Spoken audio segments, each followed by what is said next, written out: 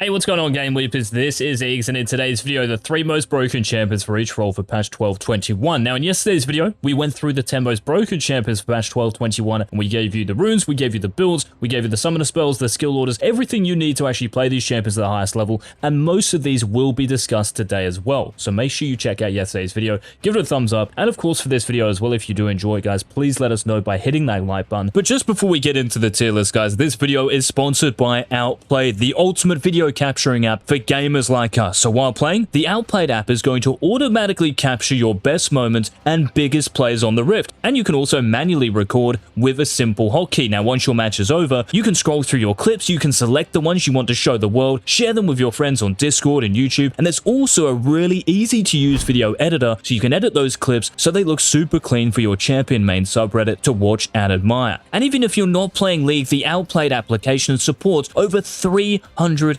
games. So if you want an easy to use challenger application to record your games, to record your highlights, Outplayed is definitely it. Check out those links in the description down below.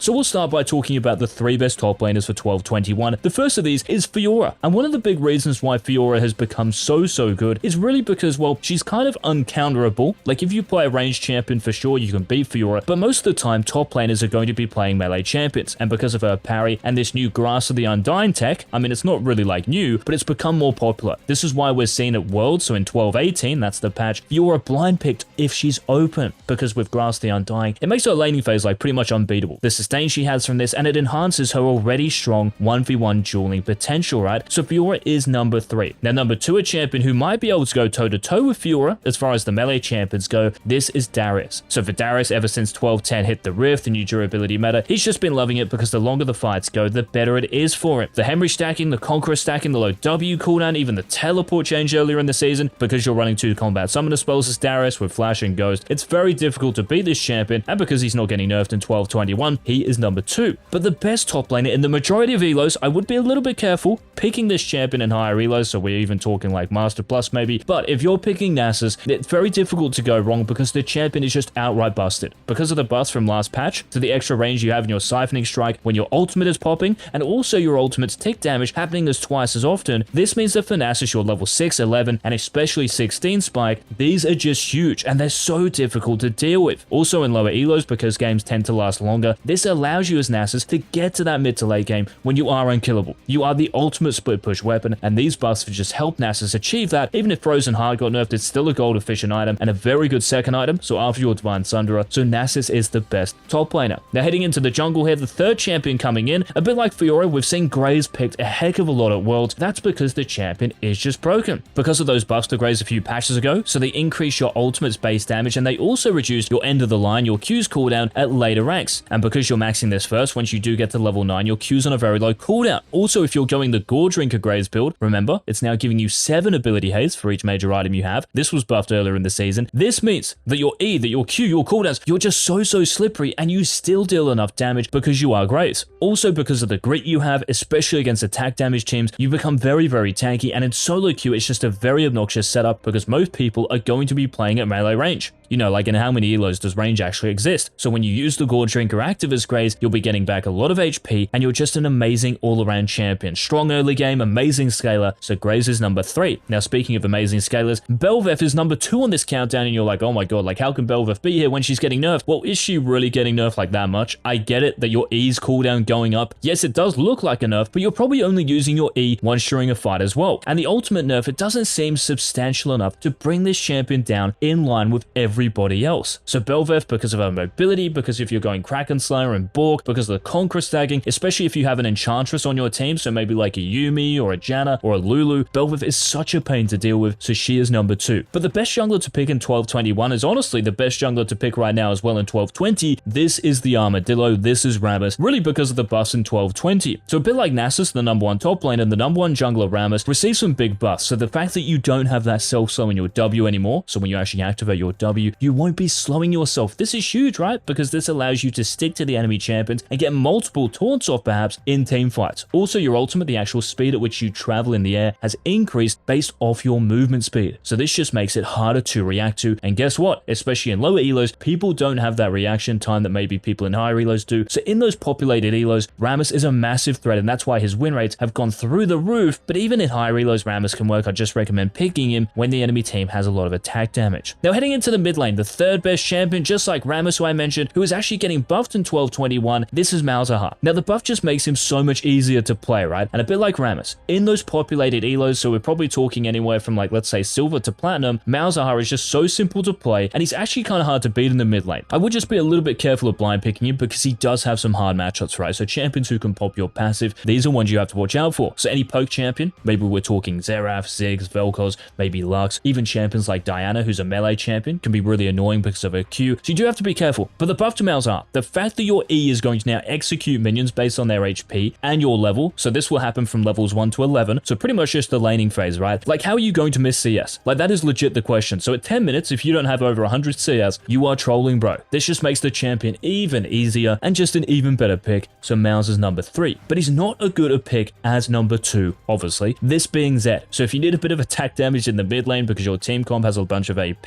then Zed is the cream of the crop. And there are a few reasons for this. The sustain changes in 12-14, where they nerfed health potions, they nerfed refillable potions, they nerfed second wind, even though you'll probably be taking bone blading into Zed. They also buff Scorch, a rune that Zed runs, and because you're taking, probably anyway, 3 health pots, who else is buying 3 health potions at level 1 in the mid lane? No one, right? So that means you out-sustain everyone, and because of that extra tick damage you have from the Scorch buff, Zed is very scary. Also the E buff, where it's costing you 10 less energy to use your Shadow Slash. You guys do the math here, Zed is number 2. But the number 1 champion, just like Rammus and just like Nasus, a champion who has been changed in recent times, built to the number 1 mid position, this being Syndra. And for Syndra in higher elos, they have over like a 52-53% win rate. That's when you know a champion like Syndra, and a mobile scaling mage, is legit beyond busted. If we think about maybe someone like Orianna or even like Zoe, these other mages, kind of control-ish mages, they are nowhere near as powerful right now. And because of the changes to Syndra, where they have made you more of a scaling champion, right? So your passive, the splinter stacking at 40, 60, 80 stacks, your basic abilities getting empowered. Well, when you do hit these points, it is over. Like the amount of damage you deal, because you have 2 Qs, you have the extra true damage from your W, and of course the extra utility from your scatter of the week, it's now at a 90-degree angle. How are you going to miss these? You can get some massive stuns off, pretty much covers the whole river, by the way. So if you're fighting a Baron and Dragon, you're going to hit all 5 enemy champions during those team fights. Just be very careful, guys, when you're playing Syndra about your E's cooldown, especially during the laning phase. You are dead meat. So be very careful. During the early laning phase, just play to scale, and you should be able to 1v9. Now, heading down to the bot lane here, the third best AD carry you guys can pick for 1221. This is Misfortune. And I know I might sound a bit like a broken record here, but this is true that just like statistically speaking, Misfortune, like Rammus, like Nasus, like Syndra, in the majority of elos, is just too broken. Like, even if she has fallen off in higher elos because of the recent nerfs, I mean, she still does pretty well. It's just impossible for me not to put Misfortune on this list. And the reason she is so strong in these elos, well, let's think about it. The bullet time, like how hard is this to actually use and hit all 5 enemy champions? It's not that difficult. Also because of the buffs to Misfortune earlier in the season, so because they've made you now like a press the attack or even lethal tempo AD carry, where you're maxing your Q first and you're going something like what, Kraken Slayer, Collector, Infinity Edge, a build like this, the damage you deal, and because you can actually kind of play at melee range and beat the enemy champions, it gives you a bit more compensation if you don't play perfectly. Before, with the Comet and lethality setup, you had to stay at range and you couldn't get that close to the enemy champions. Now you have so much power, you can sniff them a little bit. So Misfortune is number 3. Now, speaking of sniffing the enemy champions, Tristana is another AD carry who can do this because of your all-in potential with your rocket jump and of course your explosive charge, the detonation. The damage you deal is legit. Also, Trist is one of the few AD carries who hasn't really been nerfed at all this season, and maybe she's been a bit underrated, but in recent patches, she's really shown her true colors because lots of champions around her are getting nerfed. So Tristana is the second best AD carry. You could even argue she's the number 1, but the number 1 position is filled by Draven. And I said in yesterday's video, if you can play Draven well, I still think he's the number 1 AD carry. He's very, very oppressive during the laning phase. It should be easy for you to get a lead, especially if you have some sort of engaged support, because this enables you to land your ultimate. Of course, it enables you to get multiple axes off and auto attacks. And even if those auto attacks on your Q did get nerfed, even if Eclipse got nerfed a couple of patches ago, right, doesn't really matter for Draven because you're still getting enough lethality and you're still getting essence Prince Reaver after your first serrated Dirk, and that spike is one of the biggest early game spikes in the game. If you can just get one kill in the first 10-15 minutes, cash in those adoration stacks, you will snowball like no one else, especially if you're running Treasure Hunter in your runes. And of course, the final role, guys, to cover for the 3 best for 12-21 is the support role number 3. This is Renata Glass. And because Renata, well, she did get nerfed heavily, right, a few patches ago. But this really hasn't stopped this champion because, a bit like Belvev, she's innately broken. Like, think about her kit, the bailout, the amazing ultimate, the AoE this has. Just make sure you're not using this into like a Brommy, and you should be sweet. She's got everything. Just be a little bit careful because you are immobile, especially if you don't have your Q, so make sure you play around that cooldown. Now, number 2,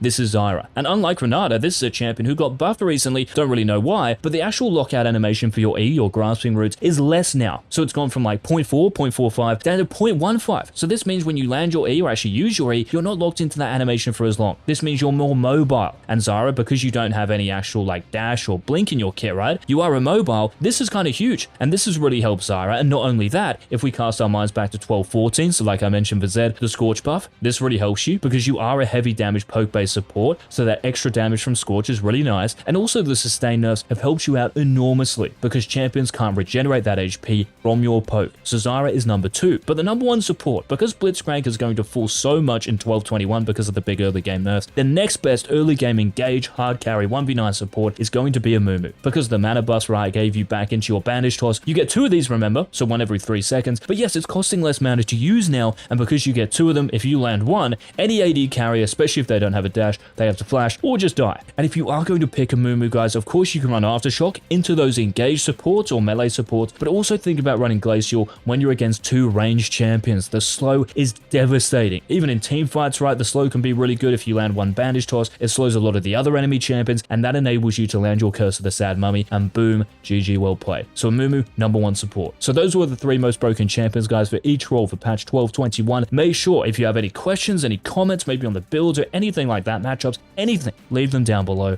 And until our next season 12 upload, this has been peace.